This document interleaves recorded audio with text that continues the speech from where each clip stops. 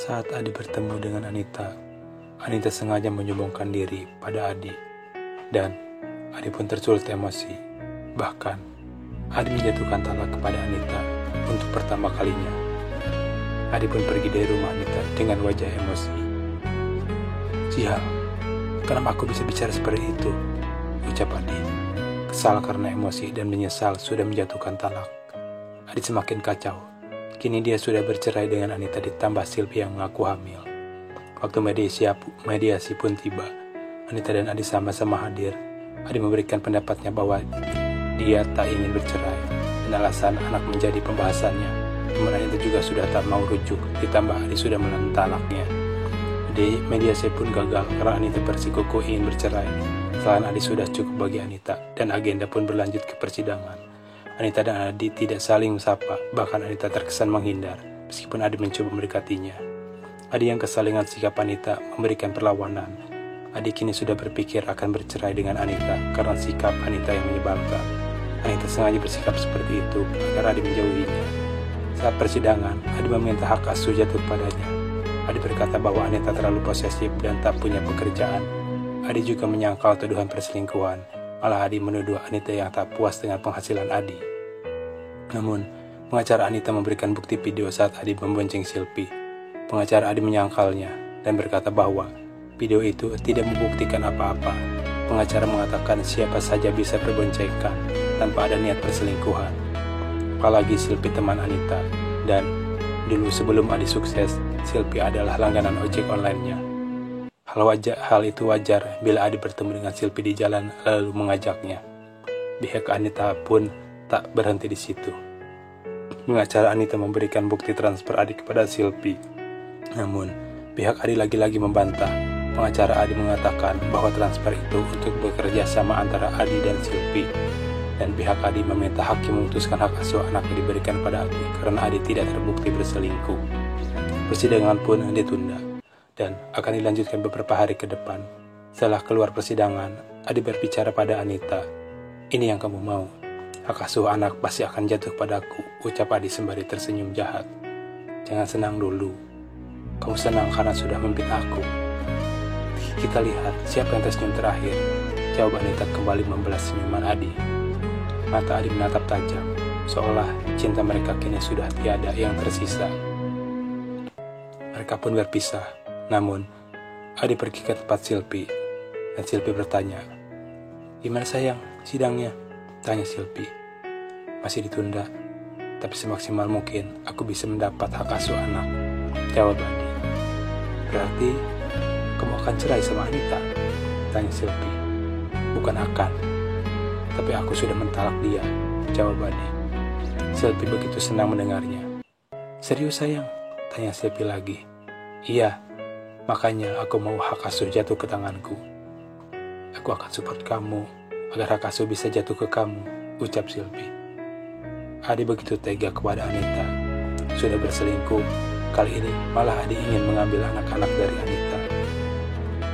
Di lain tempat, Anita yang kecewa karena Adi memutarbalikkan fakta, berbicara dengan kuasa hukum.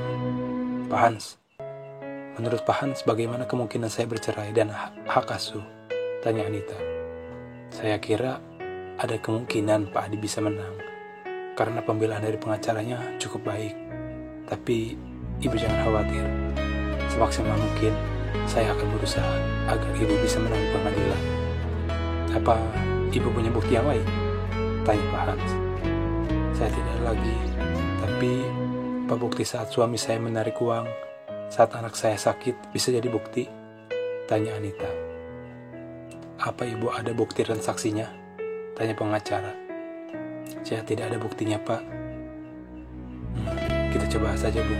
Mungkin itu bisa menguatkan dugaan Pak Adi berselingkuh dan menelantarkan anak-anak," ucap kuasa hukum.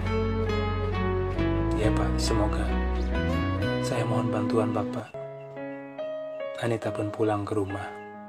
Di rumah, Anita menatap kedua anaknya. Anita begitu sedih karena orang tua mereka akan berpisah. Bagaimana aku menjelaskan pada anak-anakku jika aku dan Adi bercerai dan tak akan serumah lagi? Anita Anita berpikir negatif. Bagaimana jika Adilah yang mendapatkan hak asuh anak? Anita tak membayangkan betapa hancurnya jiwa dan raganya jika itu terjadi. Anita pun mencoba melihat-lihat galeri di handphonenya. Anita melihat foto-fotonya yang dulu saat bersama adik dan anak-anaknya. Air mata Anita menetes perlahan. Namun, saat itu Anita tak sengaja melihat screenshot saat Adi mentransfer uang ke Silvi. Screenshot transaksi itu begitu banyak. Dan nominalnya pun cukup besar. Akhirnya Anita punya bukti yang kuat. Dan seketika Anita pun teringat video saat Adi dan Silvi berciuman. Padahal Anita tak sudi melihatnya lagi. Namun, video itu jadi bukti kuat perselingkuhan Adi dan Silvi. Aku ingat, di handphone ini ada video CCTV. Aku coba cari, ucap Anita dalam hati. Lalu Anita memberitahu kuasa hukumnya dan mengirimkan video itu. Pak Hans, Bapak sudah lihat videonya? Tanya Anita.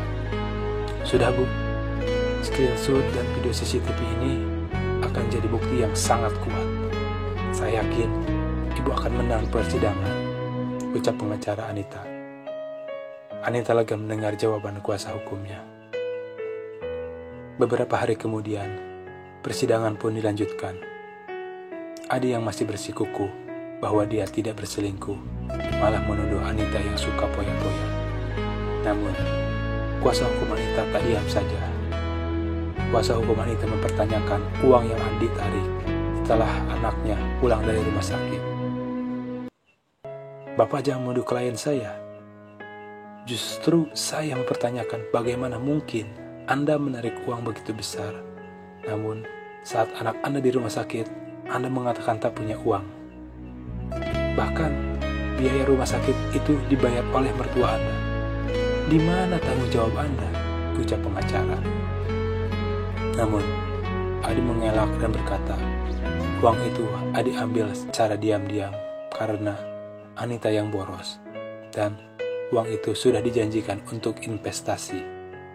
Sehingga Adi tidak bisa menggunakan uang itu. Bisa-bisa Adi dituntut. Oh, berarti Anda lebih mementingkan usaha dibandingkan keselamatan anak Anda. Ucapan pengacara menyudutkan Adi. Mohon izin yang mulia. Apa seorang ayah yang lebih mementingkan usaha layak mendapatkan hak asuh anak? Bagaimana dia bisa menjaga anak-anaknya nanti? Persidangan semakin memanas. Adi terlihat kesal karena kuasa hukum Anita terus menyudutkannya. Namun, kuasa hukum Adi pun terus mencari celah agar Adi bisa menang. Adu argumen pun terus berlanjut.